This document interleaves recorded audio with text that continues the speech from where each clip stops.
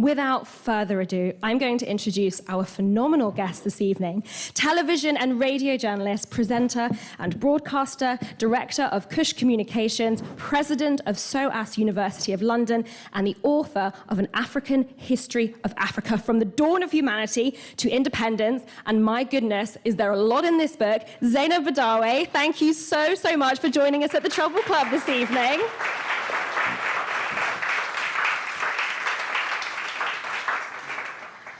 I would like you all to strap in, because we have thousands of years of history to do here. So this is going to be an intense evening. This is a phenomenally thorough, brilliant, encyclopedic book. I mean, tell us about embarking on the conquest to get this book written. First of all, thank you very much indeed, and good evening, ladies and gentlemen. Thank you so much for coming to attend this event. It's very good to be with you all. So how did this book come about? Well, in a sense, the book found me because usually people will write a book and then a TV series might come out of it. But actually, this book was the protege of a TV series, 20 45-minute films I made called The History of Africa with Zeinab Badawi for the BBC Global Channel, BBC World TV. And I went to about 34 countries over the best part of 7 years, talking to dozens and dozens of African academics. That's why it's called An African History of Africa, because my sources are predominantly African. And I talked to, paleontologists, anthropologists, archaeologists, historians. And yes, I made this, spectacular series, and they all featured in it.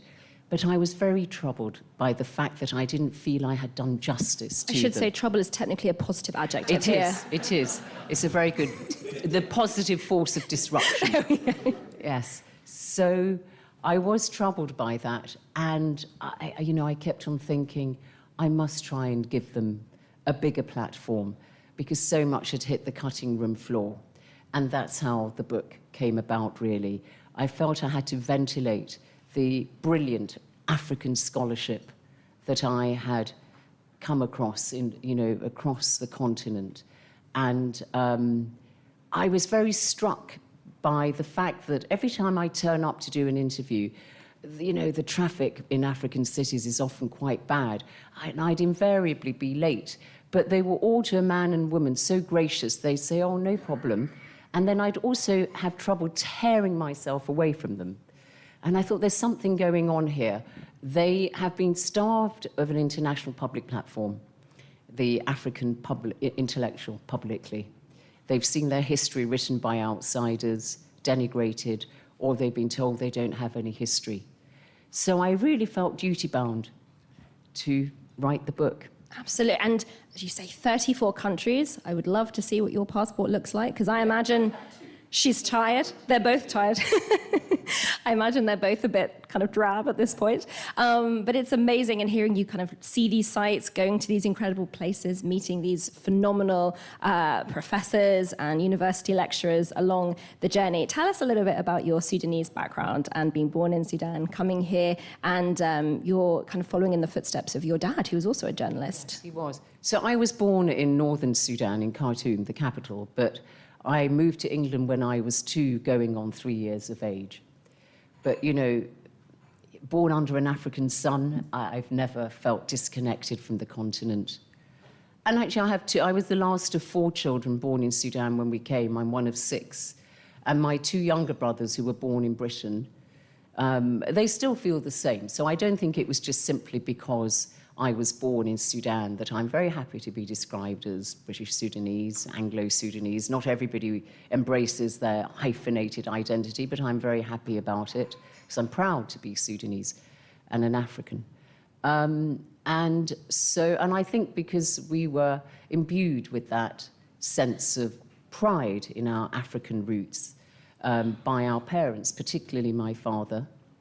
And so you're right, he worked for many years for the BBC Arabic service. He died 8 years ago. I say the BBC Arabic service because, of course, I was born in northern Sudan, and Sudan is that part of Africa that straddles both the Arab north and what's called sub-Saharan Africa.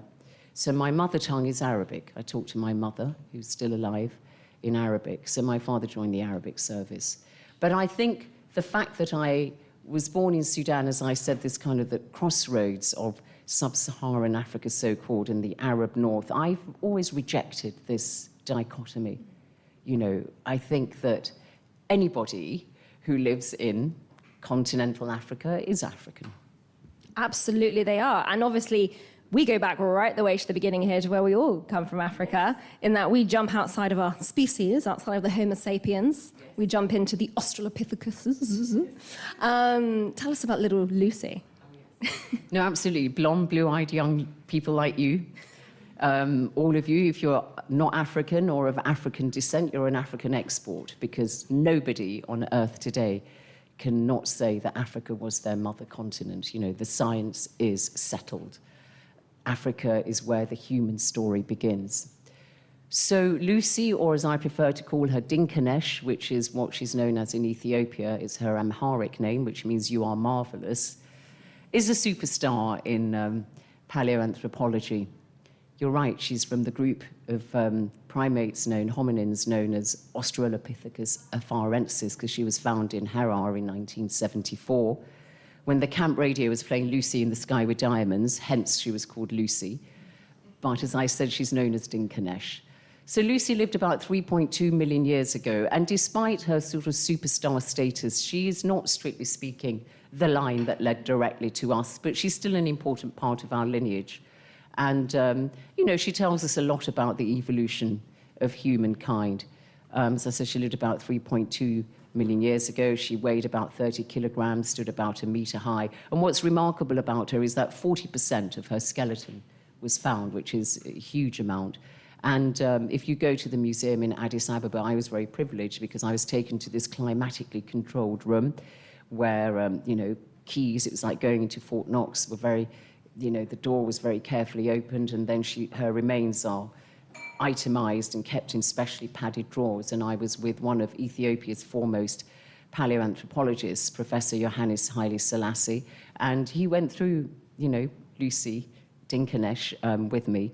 And she would have used sharpened twigs to dig out termites and raided reptile eggs and nests and crocodile nests, and she probably slept in a tree, which was rather tragic because peril lay in her refuge because she probably died falling off a tree. So we've all been there. There we do. Yeah, don't do that. Don't do that at home, no. Yeah.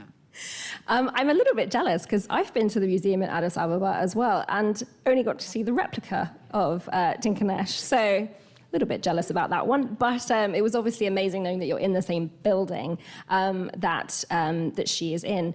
And you know, there are so many incredible figures in this book. You know, Ramesses II, Mansa Musa, Cleopatra. So many incredible figures. I mean, so many. It's very easy to see ourselves kind of in, say, Cleopatra or, you know, in any of the incredible figures we read about, maybe from the last few thousand years. Can you kind of look at the skeleton of an Australopithecus and kind of see the kind of a shared lifeness, if that makes sense? I think the reason why I wanted to start the book with the first chapter looking at the origins of humankind, because strictly speaking, that's not African history. That's, you know, the origins of the human species. And, you know, maybe a bit idealistic, but I did want to emphasize our common humanity. In a world that's so divided, it was quite good, I thought, to look at our undivided past and to say, you know, people talk about African migrants and all the rest of it, but actually, you know, everybody owes this continent a huge debt of gratitude, because there'd be no human race if it wasn't for the, you know, the landscape and the resources of Africa, because that's where we started.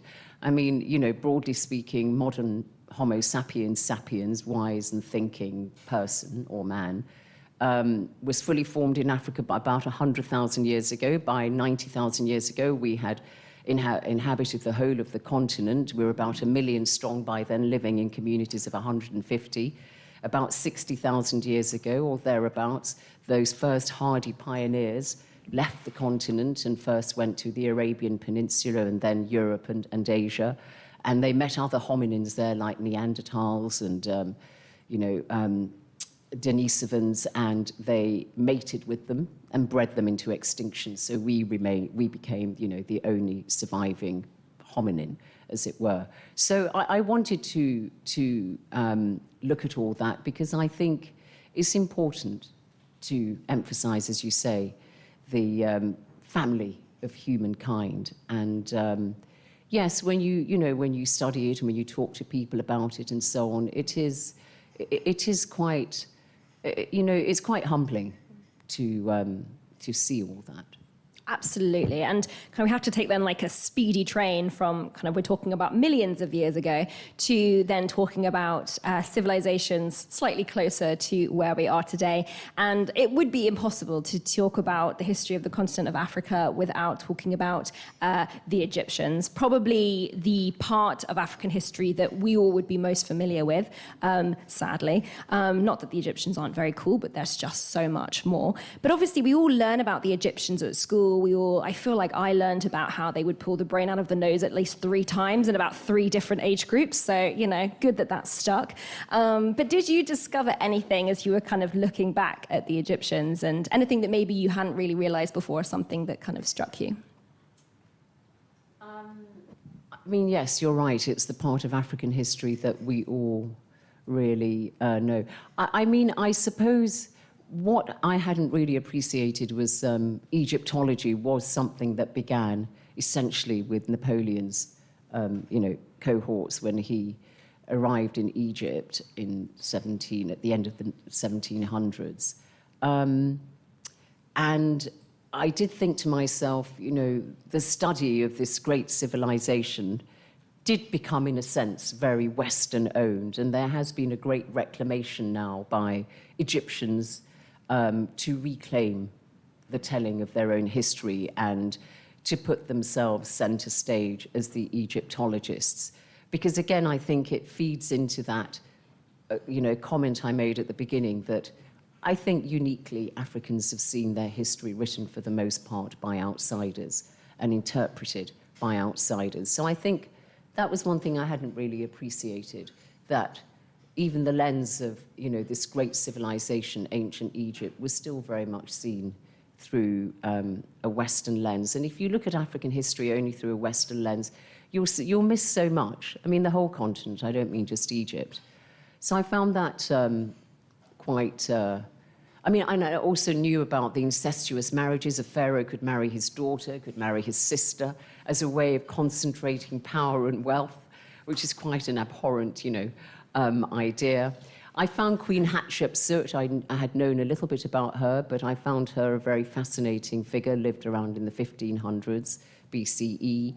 Iconographic traditions show her sporting a male beard and having the body of a man because perhaps it was to mollify concerns about a woman being effectively a pharaoh, and just how powerful and how, consummate a politician she was, and this prolific builder, and so many of the monuments of ancient Egypt were built, under Hatshepsut, and she traded with the rest of Africa. And as somebody who's always used black coal liner, thank you, Queen Hatshepsut, because she is credited with being the first person to have used ground burnt frankincense as coal. So I think women, if they do use that kind of makeup, owe her a huge debt of gratitude. If she came to trouble, that would be my first question, if we managed to resurrect her here. And it's something that you touch on, that clearly I think we'd all agree that we all potentially received an education in, or at least touched on Egypt throughout our education, and yet that was often the end of African history in general. And even at the time, there are so many other incredible civilizations and empires. One that you clearly enjoy talking about, the Kingdom of Kush. Tell us a little bit about this incredible empire.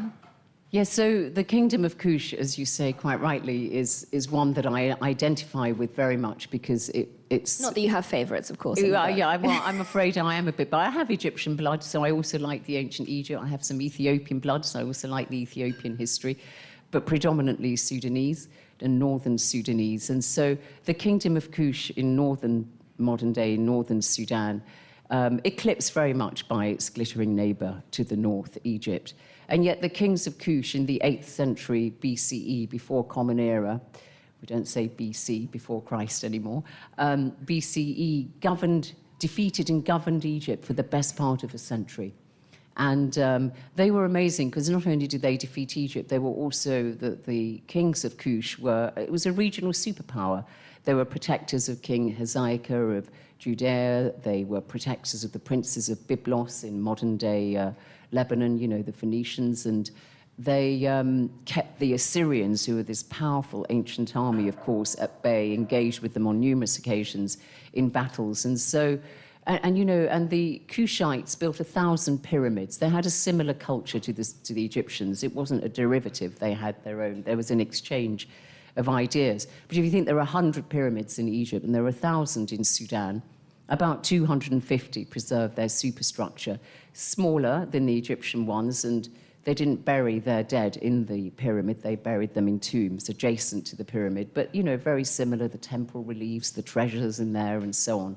So I think that a lot of people would be very surprised by the fact that there was this ancient kingdom at a time when, you know, people in Britain were still going around with woad on their face and so on. They were making exquisite objects, you know, bronze mirrors and all the rest of it, exquisite pottery.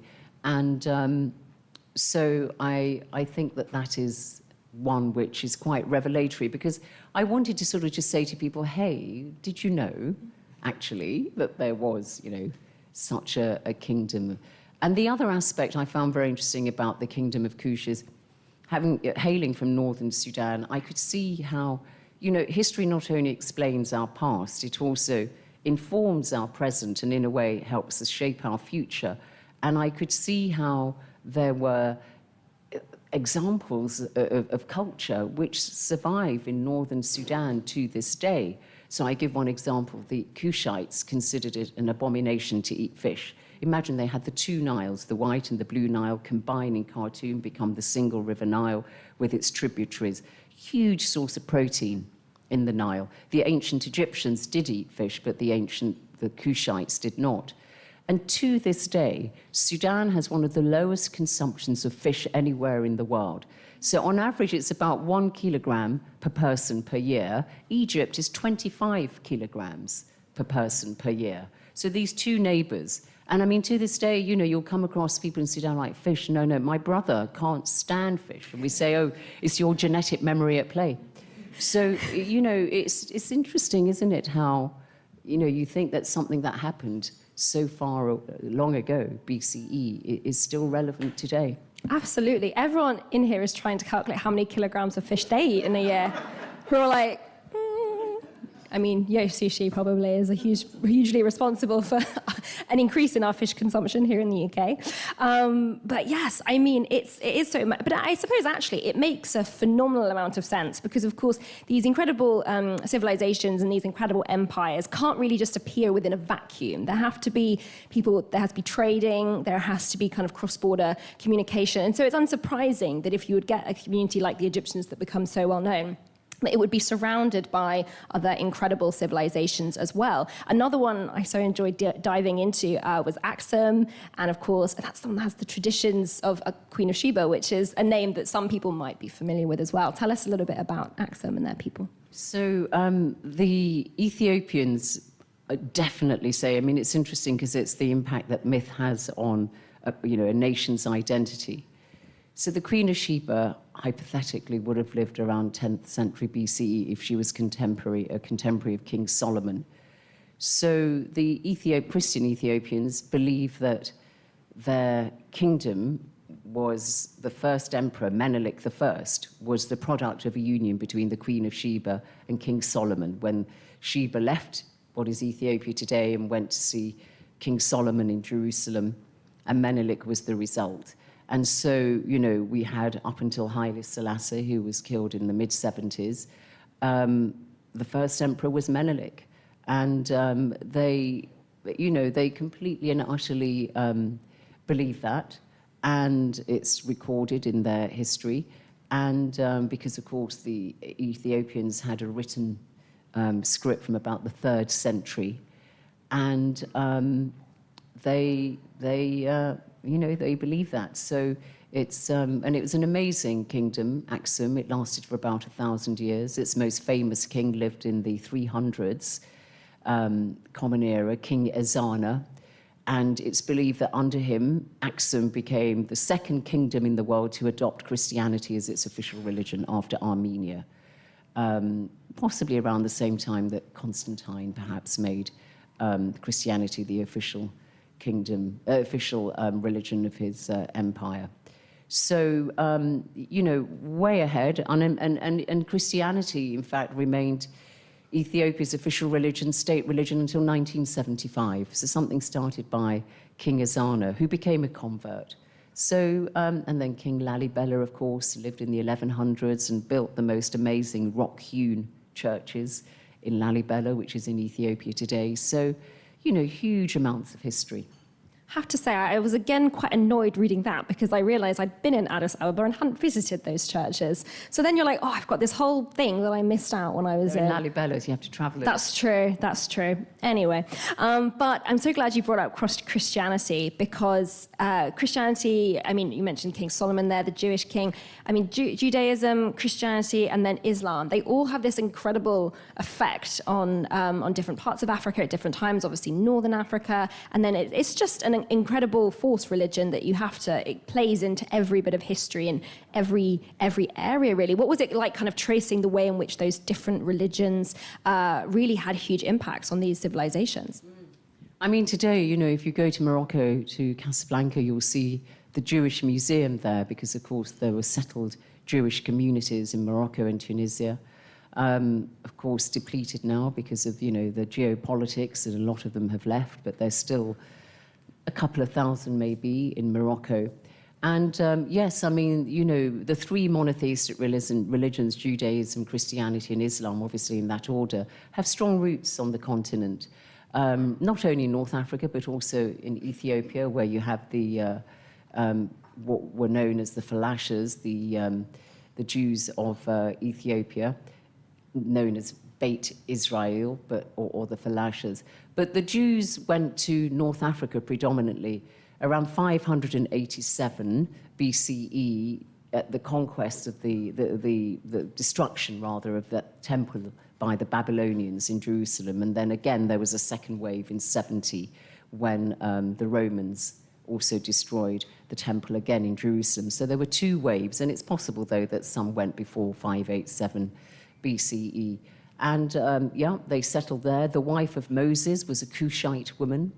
That's recorded in the Torah and in the Old Testament, because it was said that his brother and sister Aaron and Miriam said, "How could you marry this black woman?" And God, very angry, turned both Aaron and Miriam snow white until they repented and said it's okay. So there are strong. You're like, that's quite a change going back and forth in But a couple of days. Moses, obviously a prominent prophet, not only for the Jews but also the Muslims and the Christians. But so yes, it has strong roots. And then Christianity, of course. St. Augustine of Hippo, which is in the modern city of Annaba in Algeria. There's a basilica there, magnificent basilica in Annaba, which at the time that I visited was being presided over by a Congolese priest, Ambrose Shibandu. And of course, St. Augustine is one of the foremost thinkers of Christianity. He came up with the theory of the just war, for example, and he was a North African. His mother, Monica, was a Christian. His father was probably a pagan Berber. And you often see him depicted just as a European, but, he was most definitely North African. And, he was Archbishop of Hippo, now Annaba, and again in the 300s. And I found it quite interesting to see that one of Christianity's foremost thinkers is partially buried. His arm is buried in a tomb in this magnificent church, almost like a cathedral, being presided over by an African priest in the heart of Muslim Algeria, guarded, protected, completely safeguarded. And I think that shows you that, again, in this world where we're talking about, the clashes of civilizations and so on, it's quite a sobering thought to see what I saw. It certainly is. Wouldn't we all wish to be so important that we were buried in different places? That would be a real a real coup. Have an arm here, a wrist here, head over there, just to make sure we were nicely spread about. But yes, I mean, Christianity and then, of course, Islam has a huge effect. And it's unsurprising, of course, because the eastern side of Africa, of course, is pretty close to the Middle East, which I suppose brings me to a much sadder part of African history, which is one that probably isn't talked about, I think you said, nearly as much as it really should be, and that's the Arabic slave trade along the East Coast. Tell us a little bit about that. Yeah, so the Arabs first arrived in Africa, they conquered Egypt in the early 640s. By 711, pretty much all of North Africa had been conquered by the Arabs, and the region was Islamized. Also across the Red Sea, going into Eritrea, the Eritreans claim to have the first mosque that was built in Africa because they were followers of the Prophet Muhammad who fled persecution in what is today Saudi Arabia and crossed the Red Sea to what is now Eritrea, because at its closest point it's about 18 miles from Eritrea, the Eritrean Red Sea coast, to Arabia. So yes, you're right, Islam came early also to East Africa. So it meant the Arabs had very early interactions with the Africans. But you're absolutely right that from the get-go, pretty much, but in earnest by the 800s, the Arabs and their partners, who were often Islamized, Muslim Africans, especially the Swahili along the Red Sea coast, in big trading areas like Mombasa, Mogadishu, and so on. So they allied themselves with the Arabs, and they embarked on the enslavement of Africans, starting from then and ending in the late 19th century, and responsible probably for the enslavement of 14 million Africans. The transatlantic slave trade was about 12.5 million. So the routes were typically from what is called sub-Saharan Africa to the Arab families in the north, the trans-Saharan trade, across the Red Sea to Arabia, but predominantly across the Indian Ocean, where about 10 million were taken to the Gulf, Oman, and that kind of thing. And the two trades differed significantly, though. Obviously, slavery is slavery, but there were differences in that there obviously weren't the big plantations that the Europeans had in South America and in the Caribbean, the sugarcane plantations, cotton, and all the rest of it in North America. There were the salt marshes in what is today Iraq and the clove plantations, and they were put to work in the most awful ways in these places. They could also be divers for pearls, and they'd go so deep down that their eardrums would rupture. But some of the luckier ones would have the chance to work as scribes, to work as soldiers, even musicians. But one particularly horrible practice that the Arabs did was, one significant difference is the Eastern slave trade. I don't like to say Arab slave trade because we don't say the European slave trade. We give one a geography, the transatlantic slave trade, and the other one is the Arab slave trade. So, let's say the Eastern slave trade or the Indian Ocean slave trade. The Indian Ocean slave trade favored women over men, and the transatlantic favored men. And that's because they essentially wanted the women as sex slaves, as concubines. And they would take some men and they would castrate them so they could be eunuchs. All the men in the room just braced. To look after to safeguard, protect the women. And that was a horrible operation with something like only a 10% survival rate. But one interesting aspect was if an Arab man sired a child with an enslaved African woman, that child would be born free and could rise to dizzying ranks, because there's such strongly patriarchal societies that who your father is all that matters. And so even now, you'll see if you go to Saudi Arabia and other countries, in the Gulf, that you'll see a fairly good mix, and, you'll see some of the royals even quite clearly with African, antecedents. and the woman, the mother, would be typically, free to look after her child. In the transatlantic slave trade, if a white plantation owner had a child with an enslaved African woman, that child would be born a slave. And there are many examples of them putting their own children, dual heritage children, to work on the plantations and work them just as hard as everybody else. I mean, obviously not always. Sometimes, they might be a bit more well-disposed towards them. But, if you had a drop of black African blood, that was it. You were a slave and you couldn't rise from your status. So there were certain differences between the two. Definitely, and we'll come to that in just a second, but I wanted to touch on a story because there was resistance, there was huge amounts of resistance, and there is a story that you share about the women of Nder, and I was wondering if you could share that, because it's huge amounts of heroism and bravery. So I should say that one of the reasons why I call this book An African History of Africa is that African historians will often use oral tradition as their source.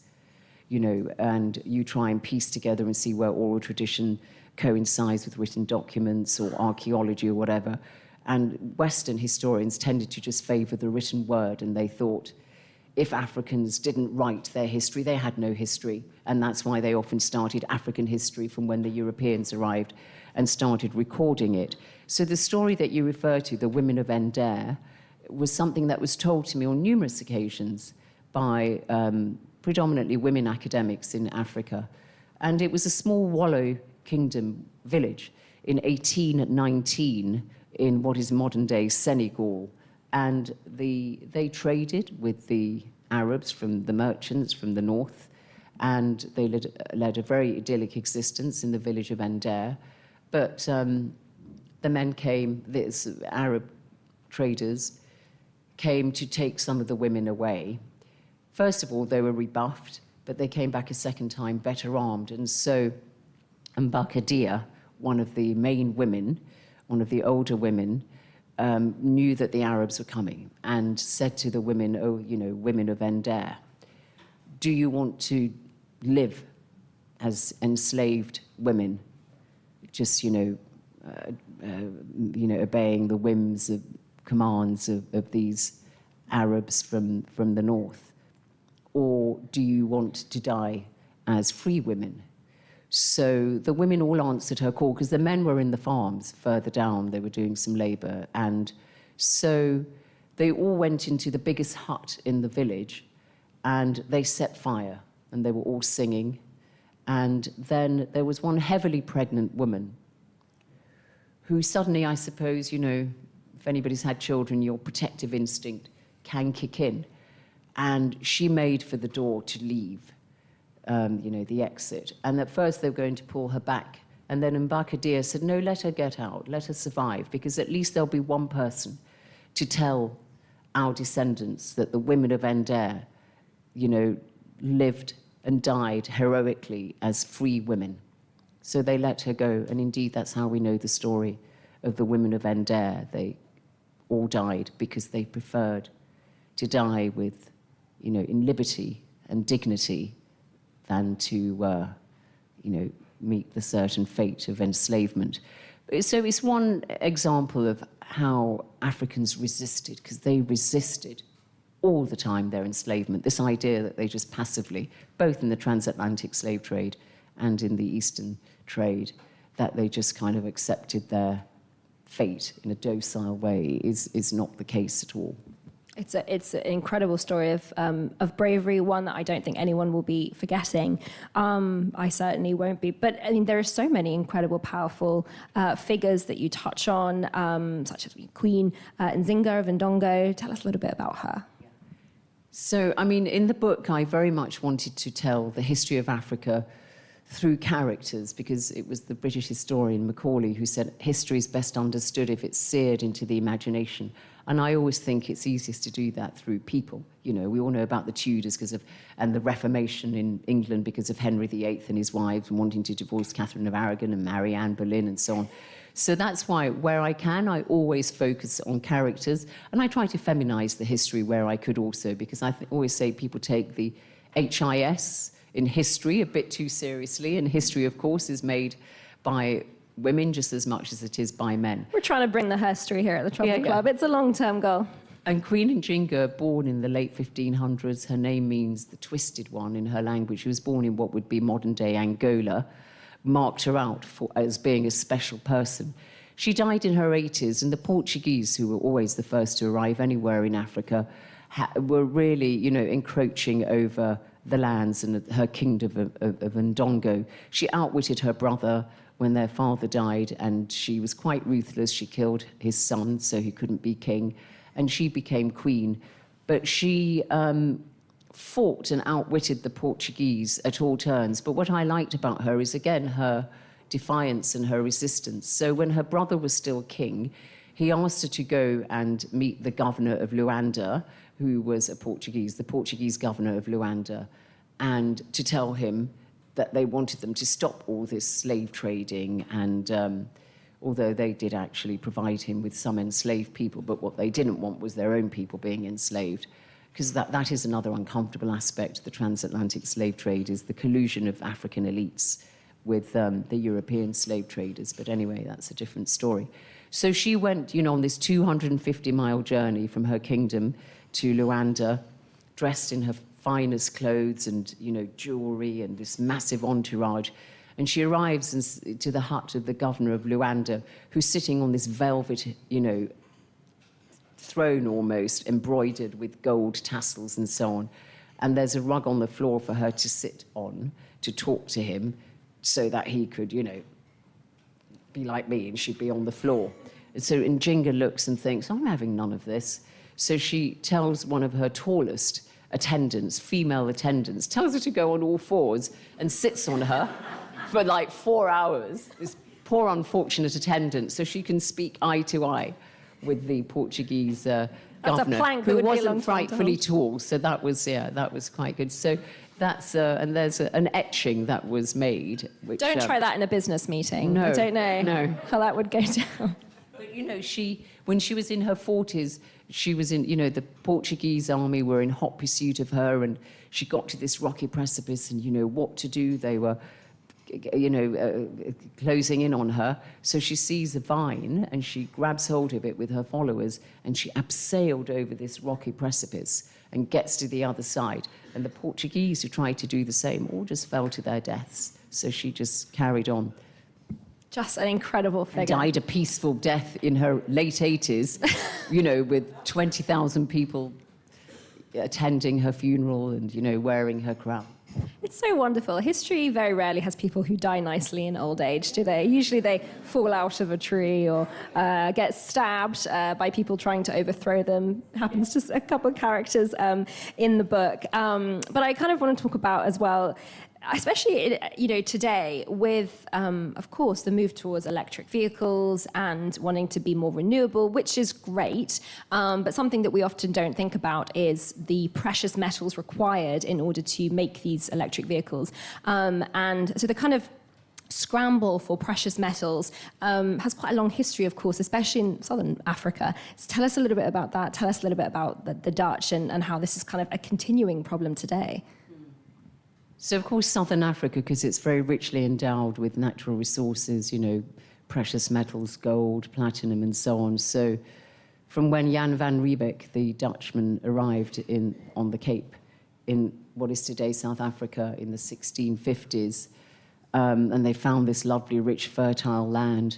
And it wasn't just Dutch settlers, there were a mixture of Europeans. So, of course, we know what happened in South Africa and also Zimbabwe. So the richer and more endowed parts of Africa were always those which were most heavily contested. And so you had the gold rush, and the diamonds found in Kimberley. And we know about Cecil Rhodes, the British mining magnate, and how they, exploited the resources off the back of black African labor and the miners, the migrant labor, and all the rest of it. So that was very much a story of exploitation. Although you do talk to South African academics who do say to you, yes, it's terrible, but it at least has bequeathed us an industrialized economy to a large extent, because you need the machinery for the mining and so on. So the diamonds and the gold and all that was a curse as well as a bit of a blessing. So now people are talking about the second mineral revolution, because as you say quite rightly, a lot of the earth minerals that we need for the technological revolution are found in Africa. So 2/3 of the cobalt that's mined in the world is in the DRC, the Democratic Republic of the Congo, and lithium in Namibia and so on. And the Africans, I think, have got a lot wiser. So DRC has been reviewing all its contracts with foreign mining corporations. Namibia has a ban on exporting raw lithium. They want to go up the value-added, chain by processing it and so on. So it is hoped that the new mineral revolution will benefit Africa. Of course, lack of governance is a big, big impediment to Africa's future. And I look at Africa's future in the epilogue, the final bit of the book. And, I'm not starry-eyed about the continent. And when you look around it today, there are a lot of problems, obviously. But I think the long lens of history does afford us the luxury of looking at things in the long term. And I think if you look at Africa in the short term, you will have a right to be depressed. But I think if you look in the long term, and by that I mean in some cases even 20, 25 years, I think there's more cause for optimism. So yes, at least Africans are trying to make sure they're not ripped off by outsiders. Whether the money that they keep is going to be evenly distributed amongst the country is another story. Because as I said, lack of governance is a big matter, a big problem. But I think things are getting better. You have to measure progress. Now if a president tries to rig a third term, like we saw Macky Sall trying to change the constitution, protesters come out on the streets. William Ruto, protesters come out on the street, force him to sack all his cabinet. So I think particularly the youth and people power, and I saw it in my own country, Sudan, in 2019, in April, when young people, with women in the vanguard, through their, peaceful protests, managed to dislodge Umar al-Bashir after 30 years in power. I mean, that was a magnificent achievement. Of course, it's all gone pear-shaped after now, but it still does not detract from the fact that they managed to achieve that. And you see more and more demonstrations like that across Africa. And that's I think, the earth minerals, the youth of the population of Africa, because it's a very young continent. The average age is about 18, 19, some countries as low as 15, Chad and Guinea. If you look at the rest of the world, Japan, 49, Italy, 47 years of age, very old country, Britain, 41, France, 42, USA and China, 38. Africa, 18 or 19. And by 2050, the population of 1.4 billion is expected to double, which means a quarter of the world's workforce, producers, consumers, are going to be African. You have to have an African strategy. And you're going to have to try and shift the debate about people who work in Italy, who work in these aging countries. Maybe there'll be, ways of devising new migration programs. But we need Africa. We need its minerals. We need its youth to, to carry out the jobs that the world needs. I think we need its innovation hugely. I mean, lots of especially across the centre, are being kind of hardest hit, are being the first kind of places where climate change is having a phenomenally terrible effect, which is the kind of great irony, I suppose, given that, it's not them that kind of started the Industrial Revolution in the first place. But it's, but they're, figuring out farming practices that mean that we'll be able to bring up, as temperatures rise. We obviously hope that they don't, but we have to deal with a changing climate, which means we need innovation, and lots of it's coming from, across the centre of Africa. I know completely. I mean, you're right. It is a tragedy that the figures show quite clearly between 1750 to 2019, Africa was responsible as a whole, the whole continent, for 3% of global carbon emissions. If you strip out the more industrialised north and look at sub-Saharan Africa, it's responsible for 0.5% of global carbon emissions. Same period, if you look at the United States alone, it's 25%. So yes, you're right, Africa's bearing the brunt for something that it contributed least of all. But when you look at that 0.5% for sub-Saharan Africa, you realize that the debate that preoccupies us in the West about mitigation, don't have so much, don't use your lights, don't use your heating, don't fly so much, is a nonsense in Africa. How do you mitigate 0.5% of global carbon emissions, which is why the debate in Africa is much more about adaptation. You can't will the sky, to bring rain down if there's a drought. If there's too much rain, you can't stop the rain coming. So adaptation, adaptation, adaptation is what the Africans are about when it comes to climate change. And they're using technology, digital, the digital economy and technology in all sorts of innovative ways. If you take a country like Kenya, 92% of Kenya's electricity is from renewable sources. So this is the thing about Africa, it starts from a low base, but I think it can build new, just as we say, it leapfrogged and didn't use telephone wires as we did. They all use mobile phone technology. And I think that they can build, modern sewer systems. I mean, look at, our aging, mature economies. They can have the electric public transport buses, as Kenya is.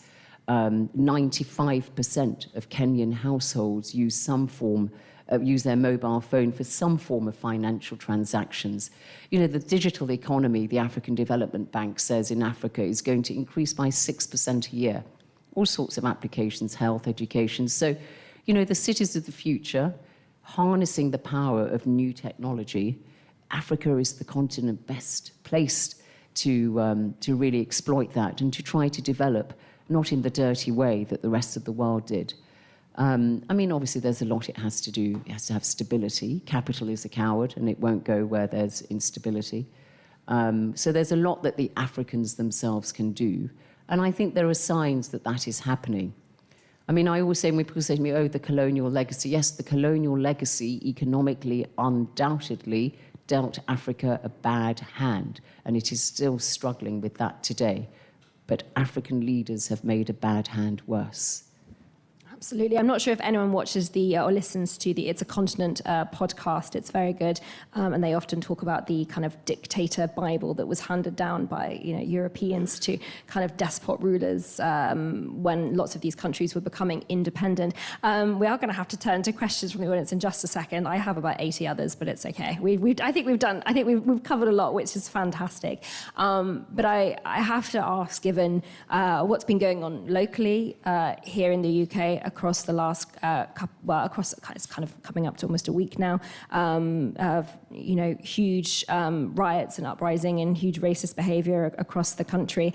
Do you think history can play a role in helping people to build? If people knew a bit more, if people kind of reached out, if people looked at different places and looked at different histories, do you think that could really help in helping everyone just better understand each other?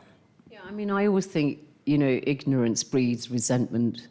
And the othering of people who may look different from you, may speak different languages, is very easy when you don't know anything about them, when you see them as needy outsiders coming in, scrounging off, your system is how they are often seen.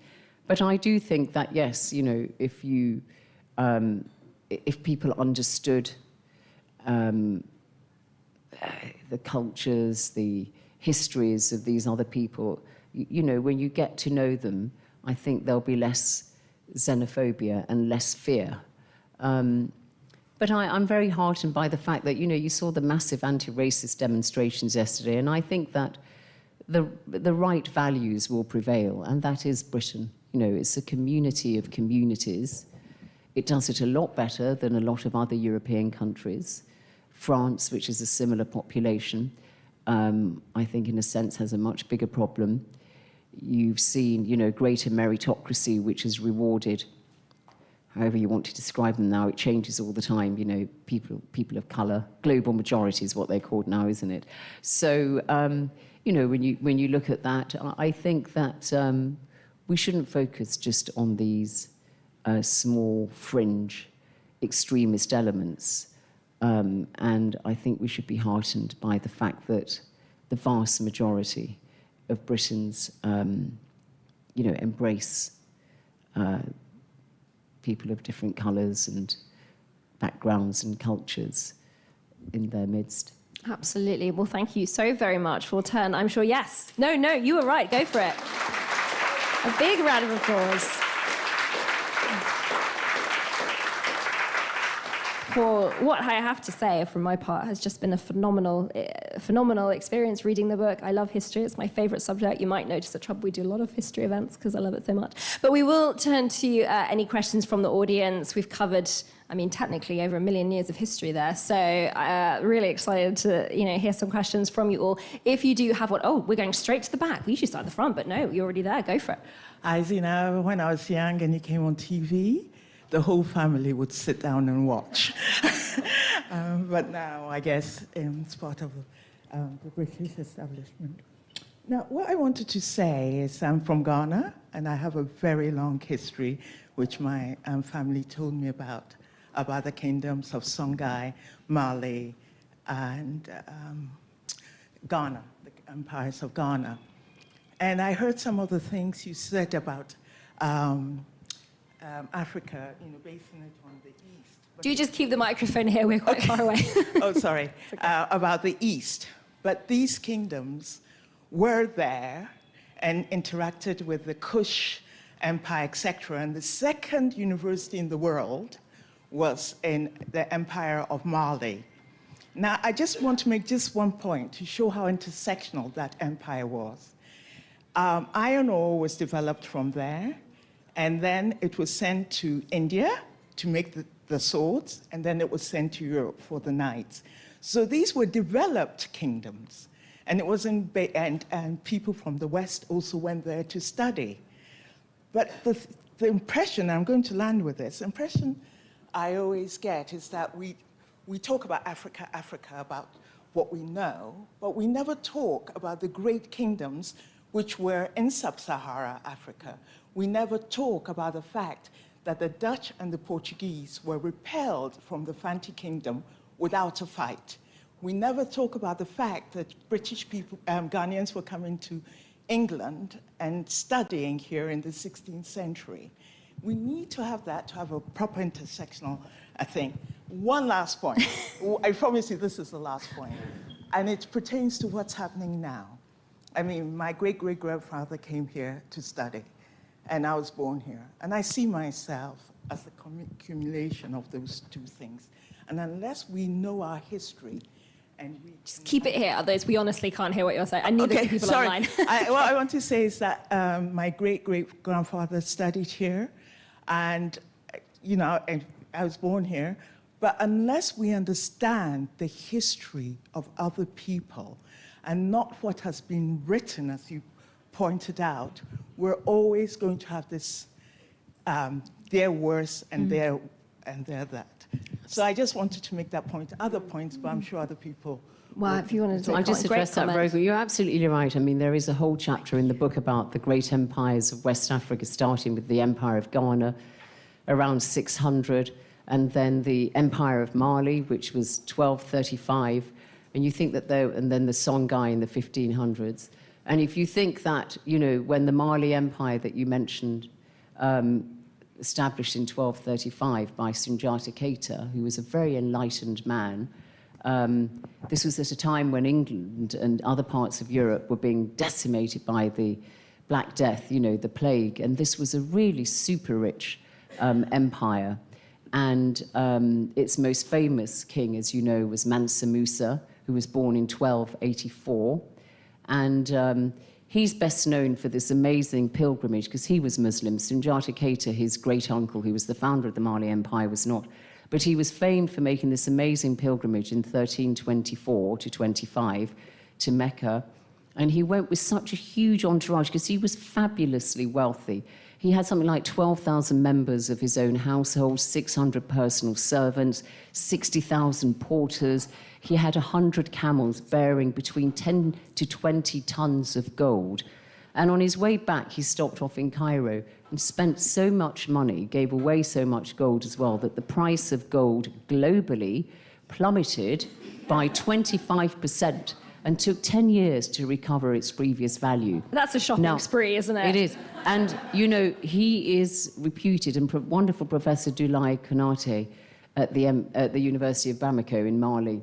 You know, I said to him, all my reading tells me that Mansa Musa was the richest individual to have ever lived, period, in the world. He'd be worth about $435 billion US dollars by today's standards. And he said that's probably quite true. But you're absolutely right. His Mali empire was made up of about 400 towns.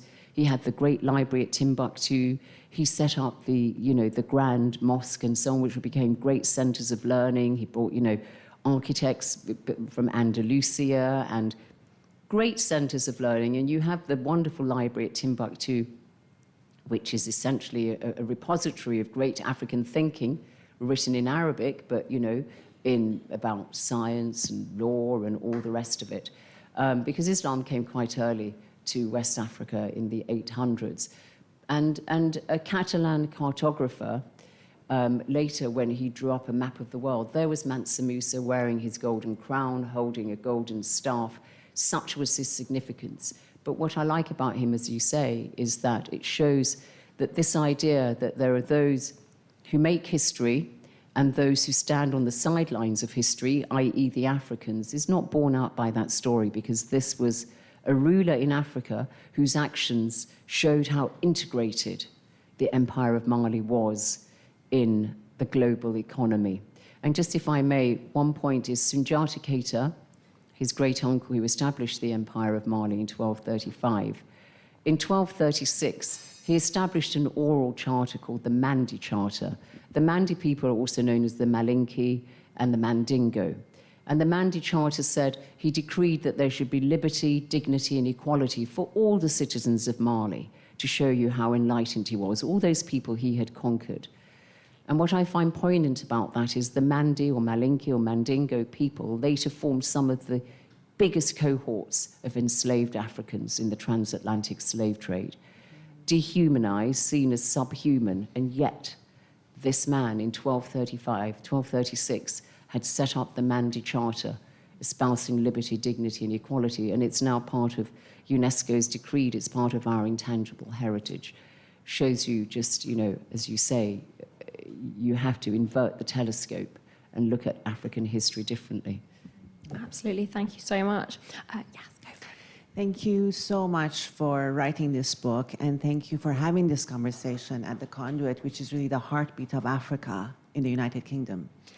As you know, there is a process taking place, unfolding in South Africa, where an education capital is being built in the heart of Johannesburg to help to rewrite the history of Africa, given the fact that by 2030, 42% of the world's youth population is in Africa. In light of your experiences and the fact that you are now associated formally with one of the most foremost institutions on Africa, SOAS, what role do you think we can play here in the United Kingdom with people like Dr. Taddy Bletcher, who's leading that process and who was nominated, as you know, yesterday for the World Education Medal? What could we do here in the United Kingdom to bring quality education to Africa, starting with Education Town in Johannesburg, to help to rewrite really not just the history of Africa, but the fortunes of humanity, given the centrality of the role of African youth in the future of humanity?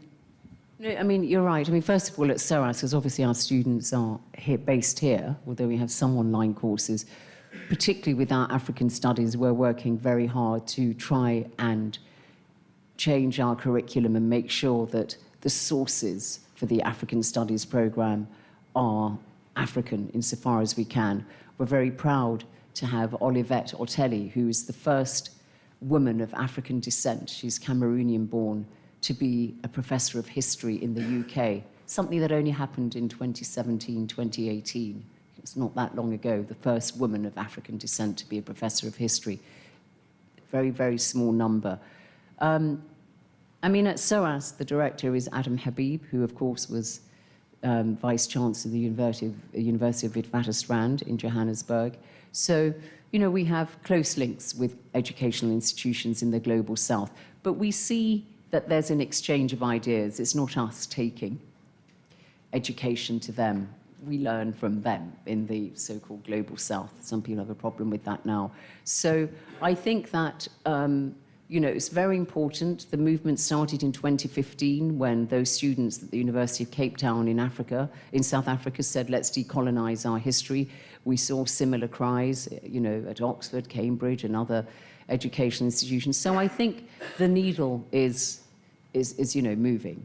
I'm very glad that my publishers, Penguin Random House, say that the book is going to be turned into a teaching resource for 15 to 16-year-olds in UK schools. So I'm very glad about that, because not only, as I said, is it important for people to learn about the history of Africa before the colonial era, because so much of it starts with the presence of the Europeans, but it's also to understand that it's important to put the African voice center stage.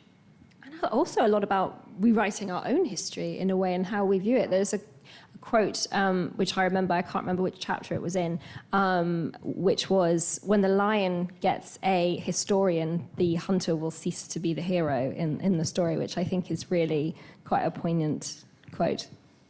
It is a Southern African proverb, yeah. When the lions have historians, then the hunters will cease to be heroes, yeah.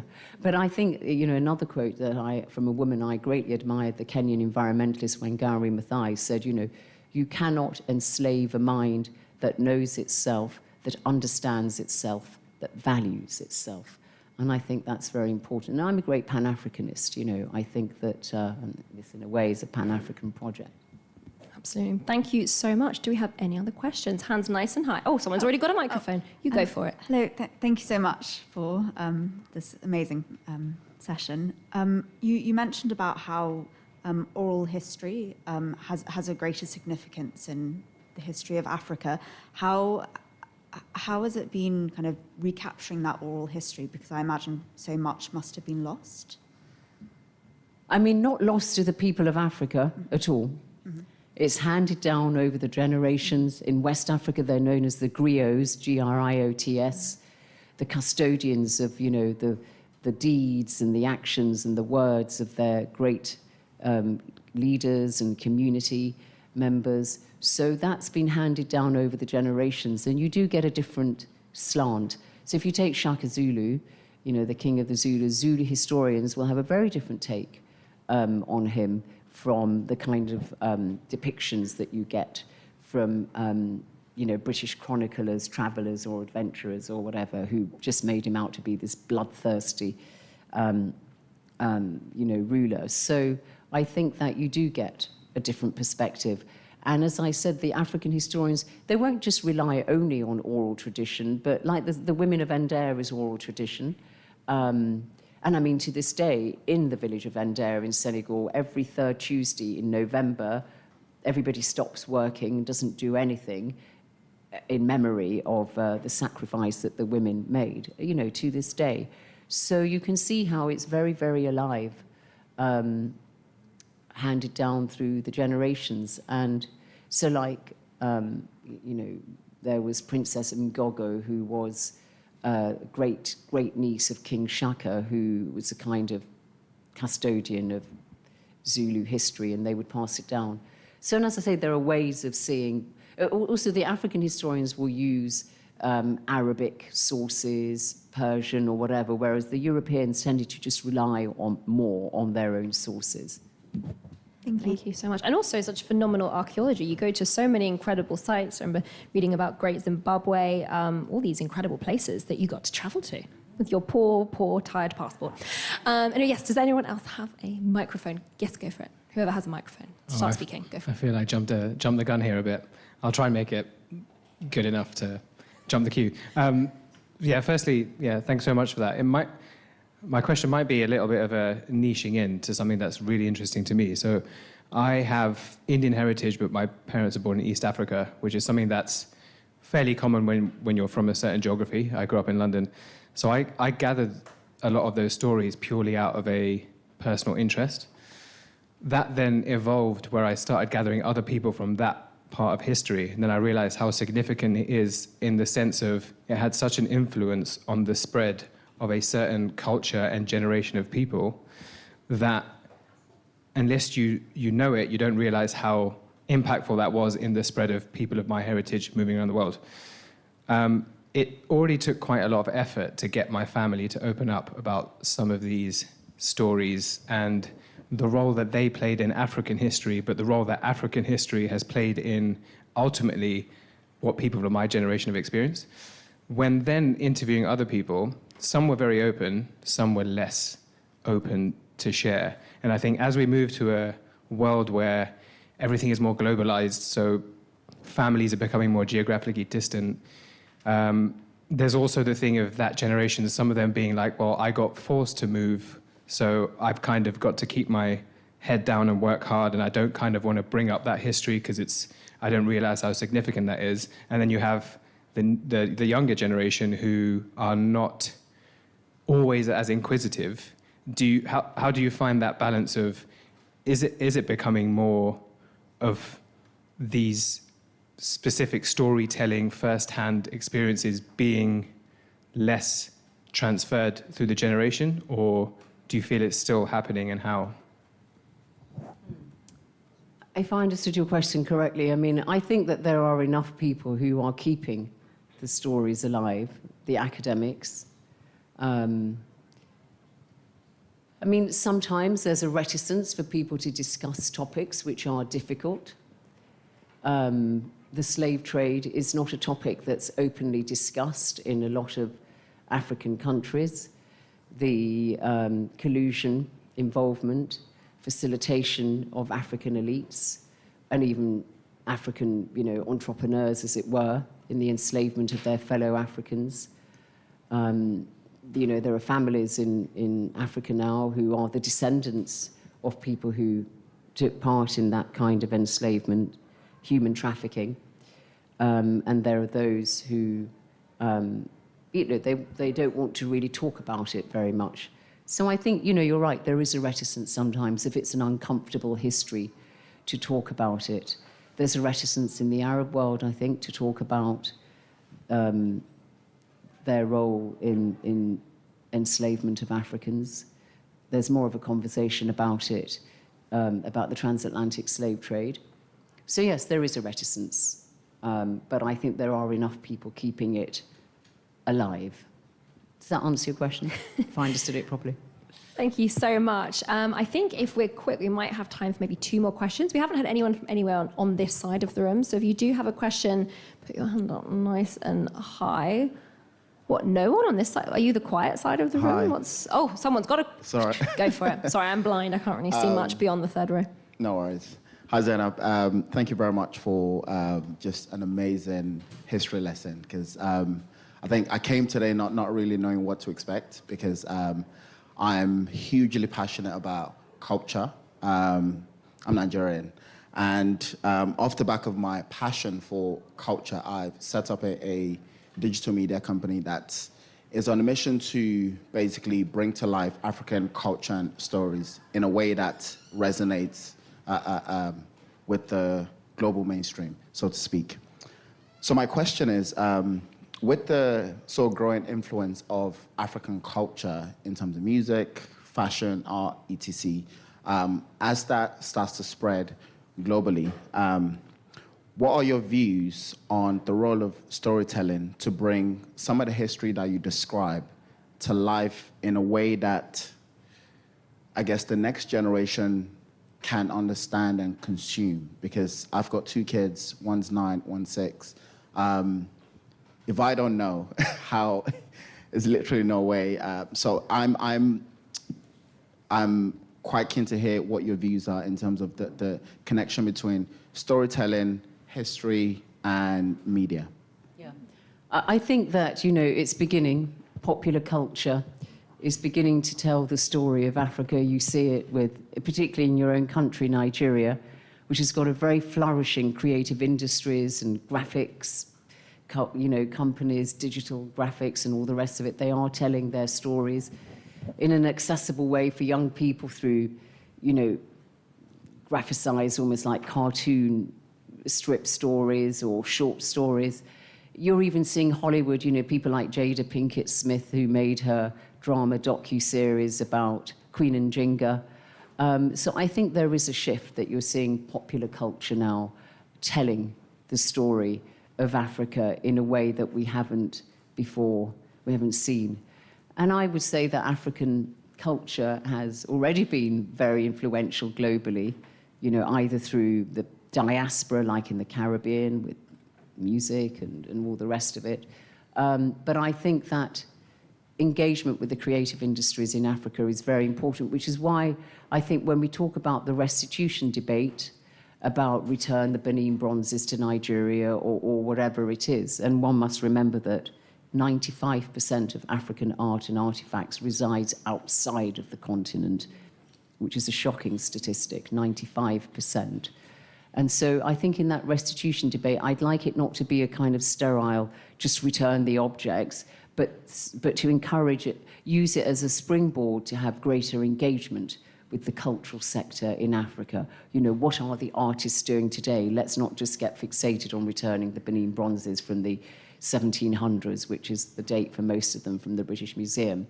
But let's see what's happening, you know, today in the creative industries culture. So I'd like the restitution debate to have that dimension to it.